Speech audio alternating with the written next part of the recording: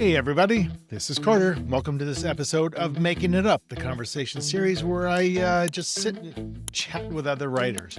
And it's always exciting, it's always fun, and it's always great to hear their stories, their journey, their ups and their downs, of which there are plenty of in the publishing industry. So first things first, I want to just make sure you're aware of my Gentle Novelist Retreat, which is coming up this summer, August 9th through 11th in lovely, beautiful, majestic Boulder, Colorado. It's a 2.5-day writing retreat with me, led by me. And we're going to be in a couple different spaces, and I'm limiting this group to just 10 people. And it's for all you writers out there or aspiring writers who have the idea for the novel, have maybe started your novel and can't get anywhere with it, are looking for the courage, the inspiration, the motivation, the accountability, and tools and tips and tricks to write, to actually finish writing that novel. It's been a dream of yours. It's time to get it done. I can help you with that. You can sign up for my Gentle Novelist Retreat. Just go to my website, carterwilson.com /gentle-novelist, or you'll just see the link for retreats at the top of my website. You can sign up for the retreat, or you can just contact me. We'll have a phone conversation, see if it's right for you. So make sure to check that out. I'm very excited. It is going to be a blast. So today on the show, I had Lauren Thoman. So Lauren is awesome. I will say that right off the bat. And her debut novel, I'll Stop the World, is just came out and is just hitting all sorts of bestseller charts right now. It's doing really tremendously well. It's actually one of the first releases from Mindy Kaling's publication venture, Mindy's Book Studio. So it's getting a lot of attention. And so it's very exciting. And as you'll hear in the podcast, you hear these stories about, the debut novel that just does gangbusters. Well, there's a long road to get there. It's not like this was the first thing that she wrote. In fact, you'll hear in the conversation, she wrote several books that went nowhere before she finally wrote I'll Stop the World. And it just happened to hit. She even said, like, all the rejections from her previous books, very few of them had any issues with the writing. They loved the writing. That just, for whatever reason, that book wasn't right at the right time. And that's a lot about publishing, is getting to the right agent, getting to the right editor, getting to the right publisher with the right story, all at the right time. A lot of the things have to line up for that to happen. And that's why you really can't chase trends, because it's impossible to control all of those things as an author. So what you got to do is you just have to write books. You just have to write books that are meaningful to you, that you enjoy writing, that you have a passion about, and focus on that, and let the universe do the rest of the work. And in this case, the universe has rewarded Lauren, grandly. So it was really fun talking to her. I'm excited to read the book. I'll Stop the World is out now. Check it out. This is my conversation with Lauren Thoman.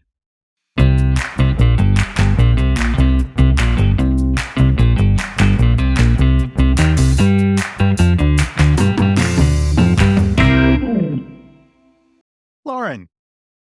Hello. How are you? I'm doing well. How are you? I'm okay. I was having some microphone issues, which was normally I have this big fancy microphone in front of me, and it's not working. And I discovered that about 10 minutes ago. So that kind of sucks. So I'm on my backup microphone. So hopefully it sounds okay. Oh dear. Well, I'm sorry that the microphone sabotaged you. There are worse. Hopefully. We have matching little things wrong with our hand. Is it carpal tunnel for you? No, it's a stupid mild thumb sprain. So how's one sprain a thumb? One sprains a thumb by chasing a dog up the stairs and then bending the thumb backwards on the step. It's so Say stupid. no more. It's so stupid. I get it. I have books, but I'm moving them because I'm blocking them with my body. I'm going to move them here. Okay. Well, you don't need to advertise your book, because it is currently the #1 bestseller mystery romance on Amazon. Holy shit, are you kidding me? I know. What is that? Yeah, no. So can I just, before we go anywhere, can I just make sure you understand that that is not normal for a debut author, that you are you are now you are a statistic outlier in the Yeah. world of publishing? Well, my understanding of publishing is that everything is weird and nothing is normal. And True. True. and every time I've ever asked my agent, like, what does this mean? She's like, nothing until it does. And that's Spoken sort of, spoken like a true agent who cages every word carefully as to not raise expectations. But I will say, I've been writing for a long time, and I've talked to lots and lots and lots and lots and lots of authors, and the typical, if there is a typical journey, there are slings and arrows aplenty. In my case, my first 3 books never even sold. I got an agent with my first book, but my first 3 never sold. So I'm like, okay, I'll just keep writing and see what happens. Um, so yeah. congratulations is, I guess, the short answer of what I'm trying to say. Thank you so much. I too had an agent for many years before we actually sold something. So, Yeah, right, right. So so that's a good lesson, right? For yep. people watching and listening is like, oh yeah, no, it doesn't necessarily mean like everything's great Yeah. all the time. There's Yeah. Well, a and lot of your first book rejection. is often not really your first book. No, no, yeah, Yeah. there's, I mean, and rightfully so, right? Like, how many people do we probably collectively know who, have that one book in them, and they write it, and it's maybe not great, and they don't have any luck with it or patience or can't handle the rejection, so they just self-publish it, and now you have kind of a not great book that's out in the world, and that that can lead to other issues. So, Yeah. there's something about patience. Yeah. Well, and I think everyone's first book, when they've written more than one and they look back, they're like, oh, could have done better on that. Like, is For anyone's sure. very first thing they ever write like truly great? I don't know that I know anyone Right. It's whose like your first it's first like your thing. first kid. Your first kid is like your practice kid. And and by the time you get 2 or 3, you're like, "Nah, this one's pretty solid." I will say my first kid lied to us until she was 2 because she was like, parenting's easy. I'll just be chill all the time. I'll sleep always. And so we were like, oh, parenting's easy. And then we had Mhm. another kid. And then that first kid promptly like, ha ha, fooled you. Parenting is hard. Totally. And It's really it's really hard.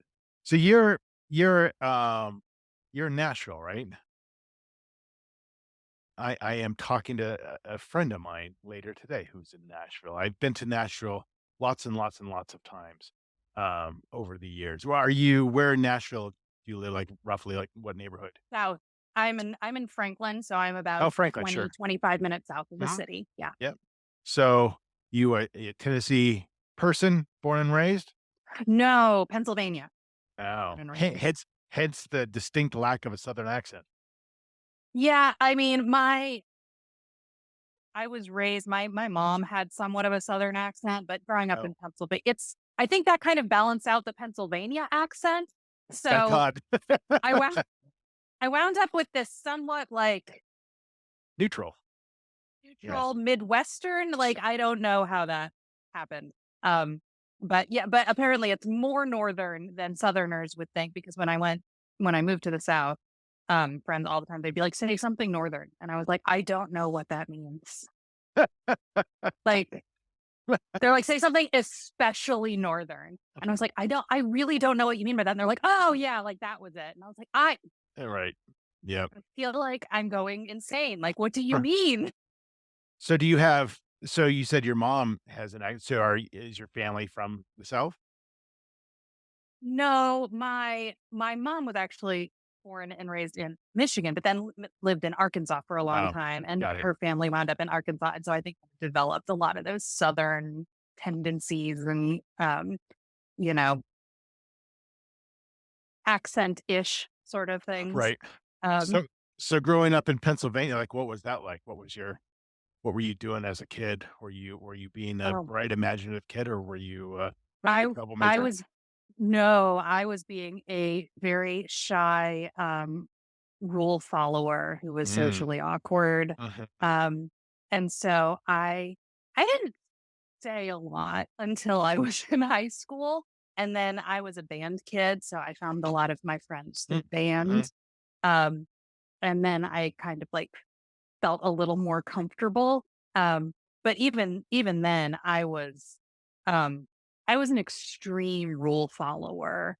Um, Where's that come from? so Do you have siblings? I'm the oldest of four, Oh, wow. and also we were raised very religious, and Okay. so I think just a lot of that, like felt like I needed to set a good example, and also having like going to church 3 times a week really like kind of ingrained. I was like, I must go by the book for everything. Um, but so I was always kind of like I probably in another life I'm probably a lawyer because I always was like, Mhm. like this is the rule, but it didn't specifically address this circumstance. So I think this is okay, even though, you know, like my parents Right. were like, you can't go to see R-rated movies. And I was like, okay, but if I'm going to a friend's house and we happen to watch one there, I'm not actually going to see it. I'm going to see the friend. And then that's just like an activity that happens there. And so like Right. I would You're finding loophole the a lot of loopholes. I would loophole a lot of things. But yeah, and being a rule follower makes sense, right? And you're also the oldest of 4, so you're probably shouldering some responsibility for your siblings as well. I imagine there's some kind of built-in, like, they're looking up to me kind of aspect to that. Yeah, and I mean, I'm sorry if you can hear my dog, but It's okay. our our cleaner's just arrived and she's heralding it. Um, and kids nowadays really do this, but back when I was growing up, I like as soon as I'm old enough to like answer the phone and write down a message, like I'm babysitting. So, Right. um, like I remember being like 9 and babysitting siblings, Yeah. you know, Yeah. Totally. and so, like, that feeling of, like, I'm the eldest, I am responsible for these children, and I'm, Right. like, 9. So, Oh, yeah, interesting. What were your parents doing? What kind of work were they in? um, my dad, until I was an adult and married, would not give us a straight answer about what he needed because he kept saying it's very Oh, complicated and you want me to do interesting. it. So, we decided he was probably in the mafia, Yeah, and right. come to find out, the answer is really a lot less fun. Sorry, we're the dog is being a lot. Yeah, the answer was a lot less interesting and than that. He's actually a biomedical engineer who's Oh, mostly retired now and just legitimately thought we wouldn't get it. right. Well, he was probably Because as soon legitimately right. yeah, well, as soon as I married a mechanically minded person and he asked him, "What do you do?" My dad just like dove right into what he did. And I was like, "Oh, you legitimately thought we were too dumb Oh, to get it." interesting. Um, Huh. and my mom stayed home with us. So So you didn't gravitate towards kind of STEM classes and, you weren't being nurtured by your father to go into the sciences? no, I think I was always fairly artistically minded. I mean, I did well in school and I actually really liked math. Like I Mhm. toyed for a hot second with being a math major until I was like, what does a math major do? Um, Right. They teach as a is what they do. career. And then I was like, teach math. I was like, I don't want to teach math. I just want to do math. Like I just enjoyed doing math. And I was like, I don't think there's a career where they just like give me worksheets and I complete them and it's very satisfying for me. So I was like, I don't think they're math majors, which is apparently uncommon in the writing world. A lot of writers don't do math, but I liked math. But, Um, it's not that uncommon. I think there's a parallel there because so, for example, I was the same way. I enjoyed math. I wasn't nearly as strong as it as, for example, my sister was. mhm, Um, but my whole, career was kind of consulting, but data analytics. mhm. And there is something about the problem solving aspect of math and writing that goes hand in hand. Is like you're just trying to figure out what makes sense and what makes it all work. And not that there's one solution in a book, but there is kind of a sense of like, oh, I have to go through these steps to Yeah. get to an answer. Well, and one of the things about math that I really loved in it was in geometry when we had to do proofs. And it was like, okay, you've got this, and then you get this, and like, how do you get from here to there? And you had to like Totally. figure out why this leads to this. And like in a way, like that's kind of like what plotting is like I Yeah. have this beginning, I have this ending. What's a way to get there? And then, you know, and often in the middle, I'm like, nope, it doesn't work. Like the logic fell apart. I have to go back where it go wrong. Like it kind of just it kind of it for me uses a very similar part of the brain. Um, Totally. And you might even kind of come up with what happens in the second half of the book and then reverse engineer it to get to that point that makes sense. I mean, that's actually how I started writing is I posed myself a riddle and I just wrote like, Mhm. what's the answer to this riddle? And had no intention of actually writing. I was bored. So I created this riddle and it turned into this 400-page manuscript because I was trying to solve this riddle. And that is kind Yeah. of, that is the left brain side of things as well. So Yeah. there is kind of a good balance between the two, I think. So what did you want Yeah. to study when you went to college? I, got a degree in music education. Okay. Um, and that was once again, it was the same it was really my same thing as I wanna be a math major, but because I just like doing math, I decided to be a music education major because I liked being in band. And I was like, well, the director is kind of like being in band. And then I was one and I was like, no, this is very different.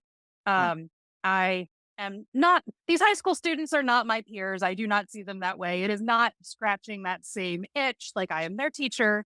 Um, I want to be in the band. That's where I had fun. That's where I like met all my friends and felt like I belonged. But once I started teaching it, I realized, think that's what I was really meant to be doing.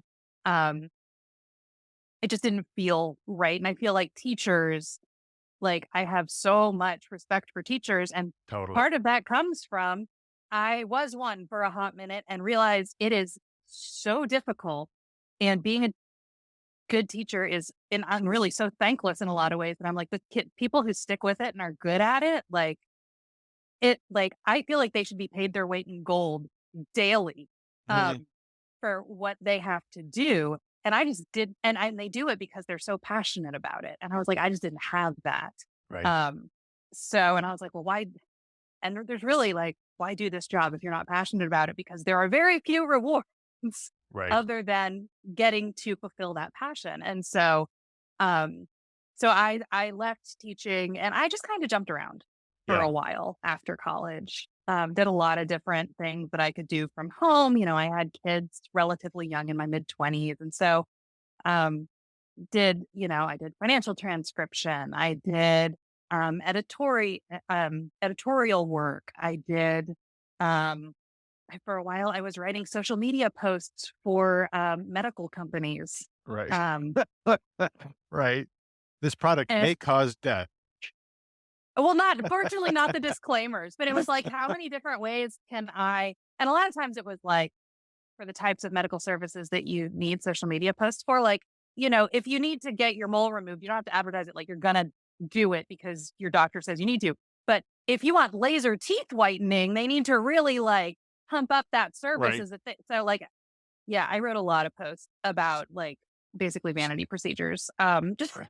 just But it's interesting what as you a thing said, to like do. yeah, and you by going back to use the word passion, and it feels like, or it sounds like at a very early age, you kind of recognize that, "Hey, I wanna do something I'm passionate about," which sounds obvious, but it's actually pretty rare, and maybe it's because, like you said, there weren't a lot of rewards otherwise. But it sounds like, you followed that, which I think inevitably leads to ultimately, whatever years later, finding that thing, which a lot of people Mhm. don't. And it also sounds like you weren't, you were just finding stuff that helped pay the bills, but you were not committing fully until something you felt passionate about. Oh, yeah, yeah, and all this stuff, like, my husband was working full time, and so I was just trying to, like, find a thing that I could do. Like, I was mostly raising kids, like, we had small children, and so I was also, like, doing the preschool runs and Sure. all the birthday parties and and just all the thing that goes into child rearing, Right. and trying to just figure out a way to contribute on top of that, and then, yeah, and it wasn't until my youngest, was in, I think, preschool that I finally, like, and didn't even think about it as a way to make money. I had read The Hunger Games and really liked it, and then I read other books that, the advertising told me, "If you loved The Hunger Games, you will love this," and they Right. lied to me, and I got What a surprise. mad. I got mad at the books for not being The Hunger Games, which, now I'm like, that's not their fault, and really I have Right. learned as a reader, I'm like, don't pick up a book that's comped to the book you just loved right after it, because like it's always doing that second book a disservice. Like I need Right. some space so that I Right. don't have it fresh in my brain when I look at the And other that thing. second book might have been written to chase the Hunger Games and is of much lesser quality, but it just happens to be in that sweet spot, which is always a You know, mistake. and it could have, or it could have been, that the synchronicity was happening and two authors were writing and they published and they came out and one was the Hunger Games and every other thing was not the Hunger Games. And Right. I I don't, but I do think, like, I now will try to switch genres with each book. Like, if I read Yeah. a nonfiction, then I'll read a Right. fiction. If I read Cleanse the palate. fantasy, and then I'll read then I'll read a contemporary, just to like not be trying to do this apples to apples comparison with every book. 'Cause um, I think stories work best when they're allowed to kind of like sell themselves on their own merits and they're not Sure. constantly being compared to something else. But I got annoyed with every other book for not being the Hunger Games. I was like, I'm going to write my own book. And I think it was kind of spite fueled and also sleep deprivation. But Mhm, mhm. That's funny. You're not the first person who's used the word spite, when I inquire about why did you write that first book, spite and Mhm, tenacity are you because, I don't wanna downplay the fact that, it's easy breezy to say, spitefully, I wrote a book. The actual art of mhm, writing a book and the act of writing a book is a tremendous, I like to say it is very difficult, but it also can be very easy. But what can be difficult about it is the mental, hurdle of just even thinking about, like, how the hell do I even write a book? That's gonna take years. So that blocks a lot of people. So sometimes being completely ignorant to the process is for me, it was great because I didn't know what I oh, was yeah. doing. So it was easy to write my first book. Oh, yeah. That first book just poured out of me. It went Right, all over the place. I right. did It not was know where it was terrible, but it poured going. out of you. It was not good, but it was so fun to write. Right. And also, like, I theory that a lot of the authors who actually do cross the finish line of, and not that it's a finish line, but like who achieve that goal of publication, um, do kind of have this tendency toward like letting spite be a motivator, because publishing is such like an industry that will just beat you down, that it's so easy to just get off on any other floor and be like, you know what? I'm not doing this to myself anymore. Like you have to have a reason to keep going. And like it would be lovely to just be like, it was just love of the art form. Mhm. Um, and it is, but also I think there's more than a few of us out there who is also like, I kept going because someone told me I couldn't, Totally, and I needed to totally. prove them wrong. Right, or if you I mean, I've completely rewritten books that have still never been published because Mhm, my agent says, "This isn't working, I don't know how to fix it," but and so to again, going back to that whole math problem, it's like, I didn't solve the problem. Now I gotta go mhm, back and solve the problem, and it's right, hard to let go. I mean, once I finally solve the problem, I'm very good at just letting go. Book is in the mhm, wild, I don't look at the reviews, it's just like, I know it's not perfect, but I did my best, I put my heart and soul mhm, into it, and I'm in love with something new. yeah, But yeah, you're right. That spite and that tenacity is a huge motivator, and mhm, I find it so interesting that so few people have it in as many people as you meet who say, "I always wanna write a book," how few people actually do it is is amazing to me, because it's like, well, think about all the other things that you do that are huge accomplishments mhm. and are probably harder than writing a book. So what is it that's stopping you? And I'm always fascinated with the psychology of writers. It's one of the reasons I started this podcast because it's like I want to Mhm. hear why you wrote that book. So you wrote this book that was fun, terrible, and what did you do with it? I queried it, and I So mean, you I had to revised research it. about how to query it. Like, did you even Yeah, know? Like, I need to get an agent. This is how it works. no, I had no idea. I was just like, I'm gonna write a book. And I was book blogging at the time, and so, Oh, okay. um, I was reading a lot of books, and I was, like, sort of in that community of, so I had this sort of feeling, I'm like, "Oh, there's something agents, something like submission editors, like, whatever." Um, and but once I finished it and I revised it, I was like, "This is a book. This is a book-shaped thing. I can do the publishing, sure." And so, yeah, I sent out queries and I got a few, bites off of it, nibbles. Um, and I got actually my agent, who's my agent now, did read it. She's actually, and I think she read it mostly out of, I mean, she said, I don't think she would do this now because got she's too busy now to do this. But I think we did know each other. We went to college together. Mhm. We were not friends in college. We just knew of each other because Mhm. um, her husband, and so at the time, her boyfriend I was in chorus with him. And so like I knew of her because I knew him. But we didn't know each other, but we were like that sort of acquaintance enough that we were Facebook friends that never interacted. And so I think when she got this query from me, she was like, I will read it just out of this like connection that we sort of Sure. almost have. And it wasn't, but she gave me revision notes and was like, if you do all these things, maybe we can talk. And I So she looked tried. at the whole thing. She did.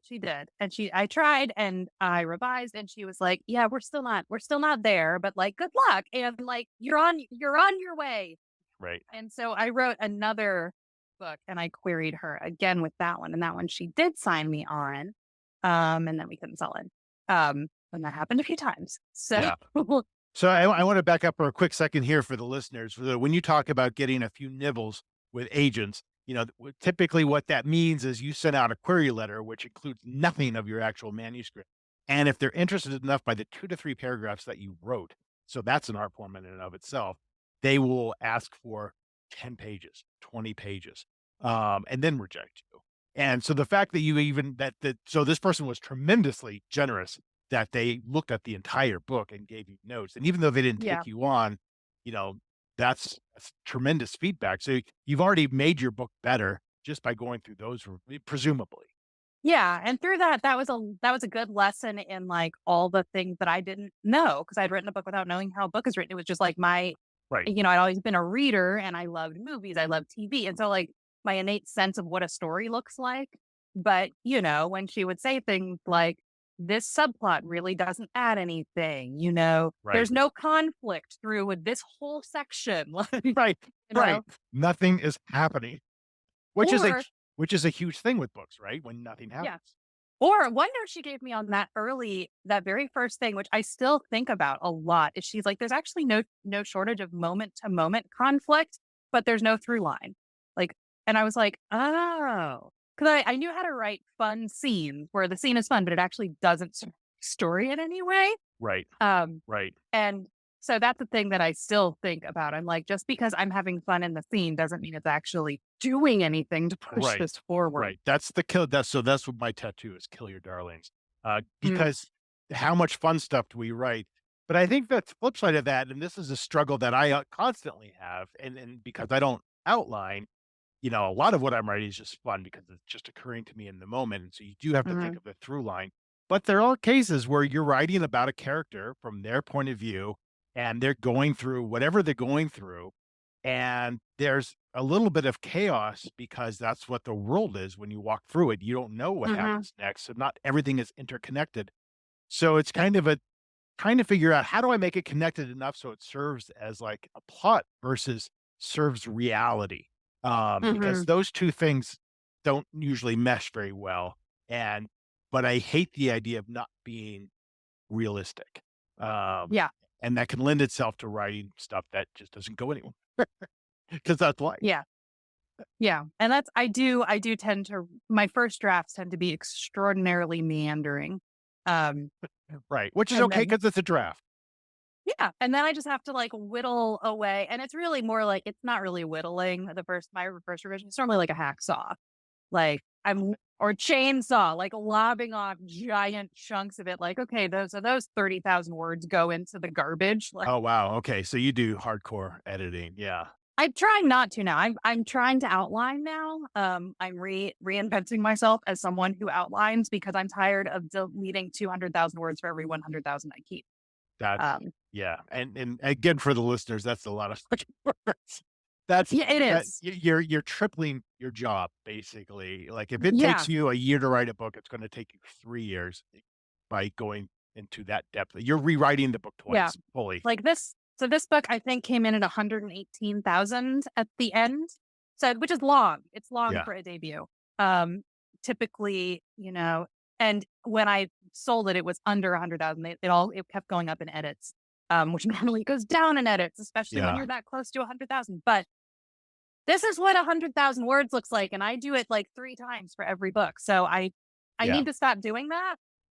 Um, I'm But trying to stop sometimes it's doing hard that. to figure. So it's interesting that you're saying that you're kind of leaning from, or you're transitioning from being kind of a pantser to a plotter, which, Mhm.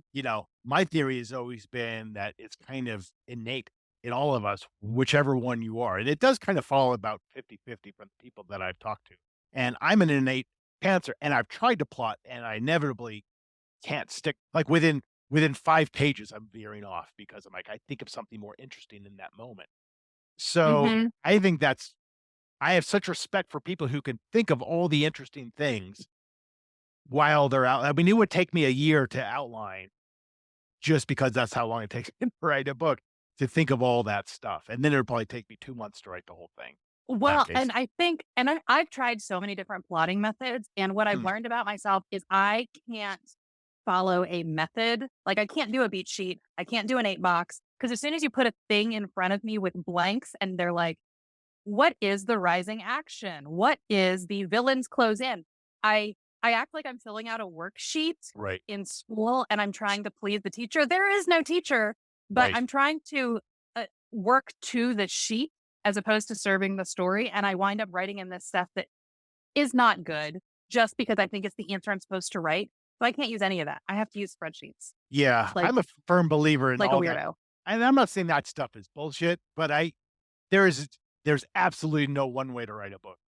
There's a thousand different No. ways to write a book, and I think reading all that stuff is helpful to know, like you said, you're learning about yourself, which is the main thing. How do I do this, and what serves me, and what honestly brings me joy when I physically sit down and write? Because, like you said, if you're Mhm. filling out a spreadsheet, you're at work now. You're not having any kind of fun. Yeah, So well, and I can do it, but I can do it because it's just a blank sheet where I'm just filling it in with writing, and really it's me going, "What do I know about the book?" And once I start writing down everything I know about the book, I'm like, "Oh, I actually have a full outline," because 'cause I'm like, "Well, I know this. Oh, and then that would happen. Oh, and this is the bit." But it's still like the very broad strokes. I actually just sent in an outline to my editor and I wrote a note of like, "There will be red herrings. I haven't figured out what they are yet." right, Like, right. this is where the story goes. All those subplots, haven't figured those out. Those will come to me as I write. Right. Totally, totally. I mean, I've gotten to the point now, 12, 13 books in, that now I just kind of write and I never look back. I don't outline. I don't know what I'm doing. I'm just every day I'm like, this happens and this happens. And then so I'm basing everything on my subconscious and hoping that it's working. And then it all comes alive in the editing. It's tremendous amount Mhm, of editing. But you're just like, if it comes to me in the moment, it's going to be the thing that's good. If it's mhm, something that I toiled to try to figure out, maybe I'm settling for an answer. mhm. But it changes book by book. I mean, as you know. So going back, so you're yeah, and again, going back to your great success with this book, but you said your first several books didn't go anywhere. Mm-mm. Right. And No. that's very common. Yeah, I mean, they made me a better writer. I will like every Sure. I'm glad now that none of those was my debut Right. because I could do better. And this is the first book that I finished that I really felt like I stuck the landing on. And I mean, that's up for readers to determine. But one where I completed that proof and I was like, this is correct. Right. This is the Right. way it this is the I put onto the page what it looks like in my head. Right. Um, QED instead of the end. yeah. Yeah. And it took me a bunch of books to be able to get to a point where I actually felt like not that there's nothing that could be improved about it, but that I was like, I have realized my vision and this is it, for better or for worse, to the point where I'm confident enough that I wrote what I meant to write, that I actually have read reviews. Like occasionally I get a weird thing in my head where I'm like, I'm going to go read all the negative reviews. And I don't know why that's a thing that I do to myself Sure. sometimes.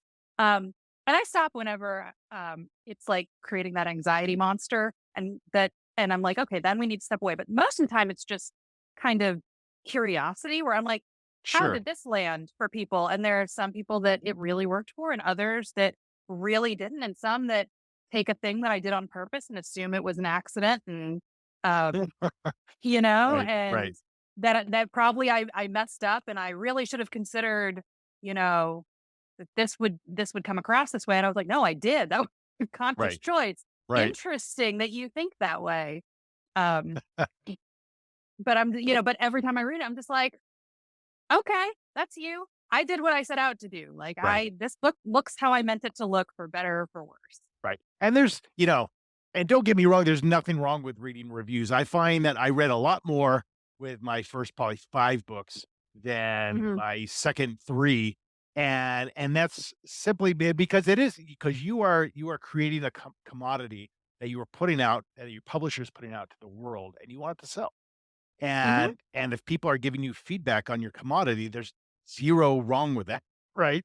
Yeah. If everybody hated your ending, that's information that you Yeah. might use in writing your next book. It's a little Yeah. different just focusing on the negative reviews, but that's just masochistic. But yeah. Yeah. Well, because I'm like, know very much about Enneagram, but I did over the pandemic decide that I wanted to at least understand what my number was. And so I eventually figured out I am a type 5, and type 5 is very data collection-y, Mhm. and and really likes to gather data and analyze data. And I just like the information. And so um and I was like, yeah, that really fits with the way I've always been. And so to me, I'm like, it's data points. If I don't know what readers are saying about my book, that's just information I don't have. How do I n- know how I'm supposed to like market this book or engage with readers if I don't know what they think? And so I'm just like putting all the data points in my head so that I can then analyze it and then use it as I go about, you know, life. Um, Right. and this is also why my agent is constantly, when I'm going, okay, but what does this mean? Because I'm keep trying to gather information and then Right. interpret it. And she's like, I cannot tell you how to interpret this because it literally could mean anything. Right. Right. Right. And that's the danger with data, right? Is it can Mhm, force you to overthink things. And when you're writing and you're thinking of all the different things that different people are saying, or you're looking at all the different things saying, this is how you write a book, you get lost. You're like, mhm, there's too many, as opposed to being kind of true to your voice, at least for that first draft, right? Once you mhm. get it out of your system, then you've got all the clay to play with. Um, but until you get that first draft done, there's a million different things that can stop you, and all those data can be some of them. Yeah. And I mean, I think that like learning to trust that instinct in your own voice is like maybe one of those reasons that a lot of people don't actually go through with taking their idea. Cause I mean, people are always like, I got a great idea for a book. And if you write it, we'll split that. And I'm like, no, the ideas are the easy part. The writing part is the hard part.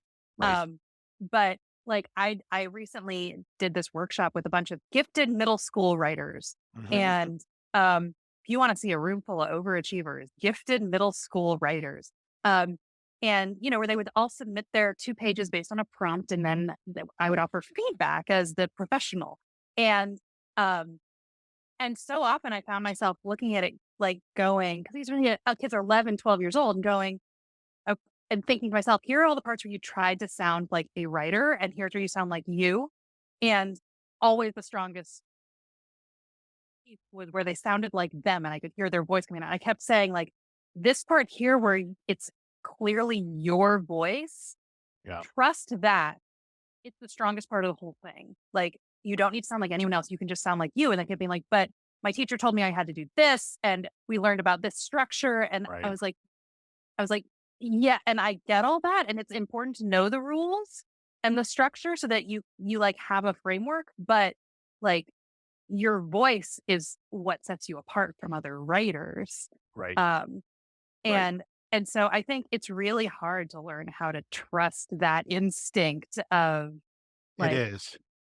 I'm doing this the way I can do it. You're totally right, because there's an inherent conflict in that, right? Because that trust builds confidence, and that confidence is totally necessary. Yeah, it's almost hubris. And on Mhm. the other side of the equation, writers are innately tremendously insecure creatures. Yes. And so how do you balance those 2 things? Like, where do you Mhm. like, for me, not having an ego going into writing because I didn't know what I was doing was tremendously helpful because it allowed me to accept rejection, being like, Mhm. well, of course you don't like the book. I don't know what I'm doing. And it fueled me to try to get better. It's harder once you get good or better, and then you could start getting rejected. It gets hard. So, but Mhm. but but you're right. There's a lot of so in your case with all those rejected books, you've got an agent, you keep trying, and I kept writing because I was just afraid my agent was going to drop me. Why did you keep writing? Um, 'Cause I liked it, Yeah, and also that's the right because, answer, by the way. um, You found your passion. yes, and also because all of even though we couldn't sell a book, I got like, I have such a large pile of glowing rejection. The Right, editors were never really not never, but it was rare that they were actually critiquing my writing. It was right, always something about marketability or concept or positioning or, like, right. It's not right for us or now. comp titles or like Right, something that was completely outside of my control. And they kept being like, "We love her writing. Like, send us the next thing she does." And then we would. And they were like, "Yeah, we can't sell this either, but we love her writing." yeah, So I kept feeling like if I just knocked on the right door at the right time, it would eventually open. right, Um, and my agent also kept telling me, she's like, "There's nothing you're doing wrong. If there was something you were doing wrong, I would tell you, but we're not getting any consistent feedback that says you need to change anything other than just keep writing, and eventually we're gonna hit the right book with the right editor at the right time. right, We just haven't done it yet." right. Um, And and that's such a so yeah. crapshoot anyway, and again, for the Yeah. listeners, like, getting an agent's tremendously hard. Having an agent and actually getting sold is just as challenging, if not more so. So it's not like once you have an agent, your books are gonna sell, as evidenced by the first Mhm, few that you were just talking about. mhm, So there is something about just like you said, I liked it. I'm a storyteller and I enjoy creating these worlds. And there is something about just the process of letting go and letting those things that you cannot control continue to be uncontrolled mhm. and just putting your faith in the universe that if I follow my passion and if I just stick with this and accept feedback and be aware of things, good things will eventually happen. It might take a while. It might take 20 years. It Yeah. might be my next book, but I'm doing what I love. Mhm. Yeah, and I mean, I think, like, for a while, I was like, "Well, it's creatively fulfilling to me, even if it's not making me any money." Um, and, like, hobbies are important. So I was like, "Well, this is just my hobby that I hope to one day make a profession out of, but until then, it's just my hobby that I spend a lot of time on because I enjoy it." Right, right. And it is cool to tell people you're a writer. Yeah. Yeah. That And is I an mean, added benefit. yes. And I did eventually, like, I was like, "Okay, can I make money writing in a way that actually I enjoy that is not, medical social media posts or whatever?" And so I did, for a few years before I sold this book, I did actually start, um, writing freelance pop culture articles Yeah. where I would get to write about, like, my analyzing other people's stories, movies and TV, and I'd write that for online entertainment websites and that was I was like, "Okay, so I get to write, I get to kind of scratch that creative itch, I get to analyze story, and someone gets to pay me." Like, it's not what I ultimately wanna be doing, but it's at least fun and lets me Right, feel like I'm doing something with this skill set that right, I've been developing for years and years and years. right, Surely right, there should be an outlet for it. right. And then, how did you come across or how did your agent come across, Mindy Kaling's, publishing company? I mean, I think like the mark of a good agent is they've always got their finger on the pulse of what is happening next. What's the next thing in publishing and where is everything going? And so there's been several times over the years where she's like, "Oh, this new imprint is starting up, so and so is moving over to here, and I think they might be a good fit for that." And so I think with this case, she knew this new imprint was starting up. She knew, who some of the acquiring editors were. Um, and she told me, she said, "I don't, so Mindy Kaling starting a new imprint. It's going to be like this diversity focused, but very commercial sort of imprint. But other than that, I don't know what kind of books they're going to publish because they haven't acquired any yet that we know of." Um, She's like, "So it could be anything." She said, "But your work is diverse and it is commercial, and I do know one of the acquiring editors that I think would like it. So do you mind if I send it out to this imprint knowing it's brand new and therefore we don't know much about it yet. Would you be okay with that?" I was like, "Sure, why not?" And she told, she was like, "But it's under this larger like umbrella and everyone working on the team is very experienced. So like you're not going into the hands of like Right. complete newbies, not industry newbies. It's just a new imprint." And so I Right. was like, "Yeah, no, I'm sure I'm fine with that." And so she was just on our submission list along with, a bunch Awesome. of other editors at other houses. Um, and yeah, so I mean, I take zero credit for that. Well, that's the agent's job, right? So Yes. Yes. that's what they're getting their 15% for, and it was a very, wise decision. Obviously, paid Yes. off nicely, and the book is doing really well. So that's a great story. And now when once you have that editor and once you have that publisher, you're not guaranteed a home there forever, but it is a place to go back to with your next thing. Yeah.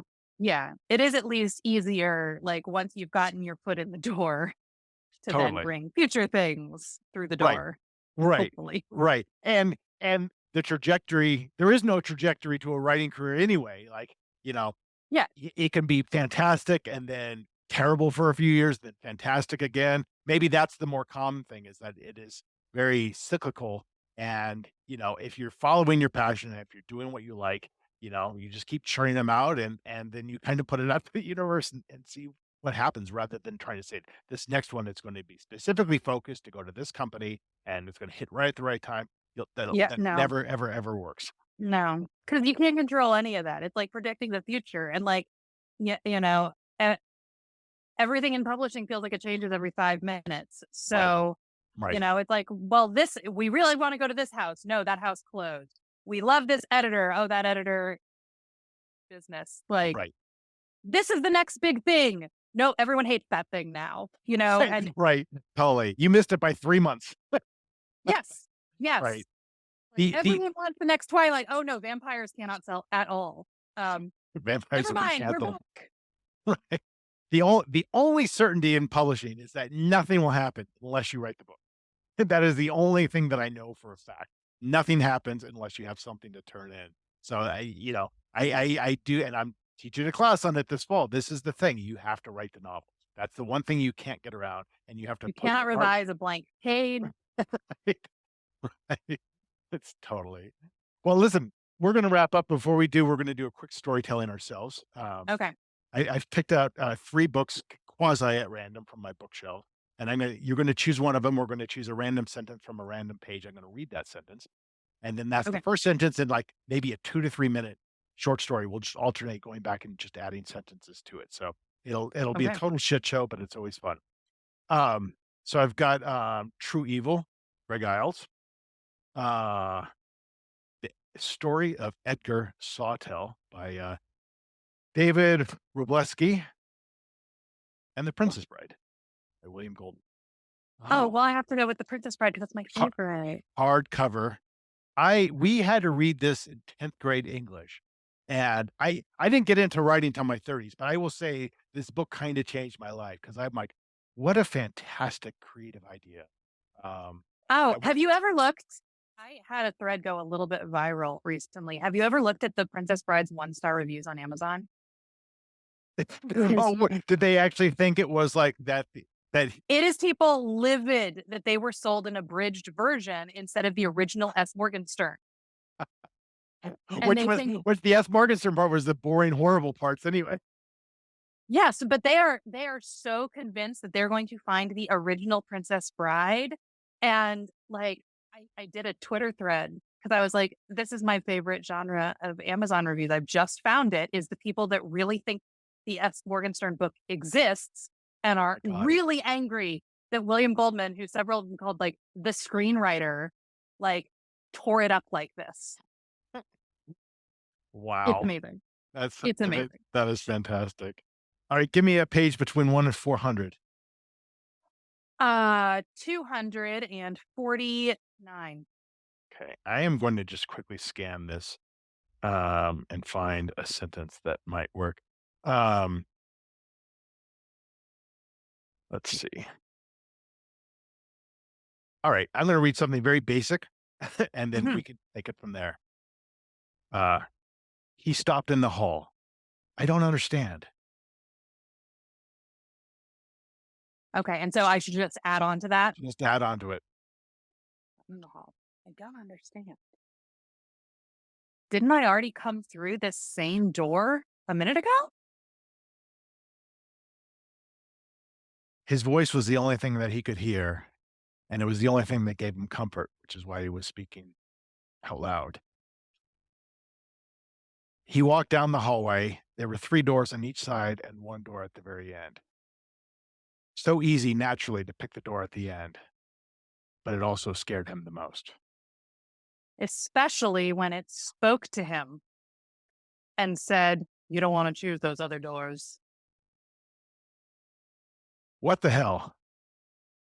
He walked the 30 feet it took to get to the door. Simple white door, brass knob. When he touched it, it was warm. It made him think back to the childhood videos of when there was a fire, the doorknob was always hot.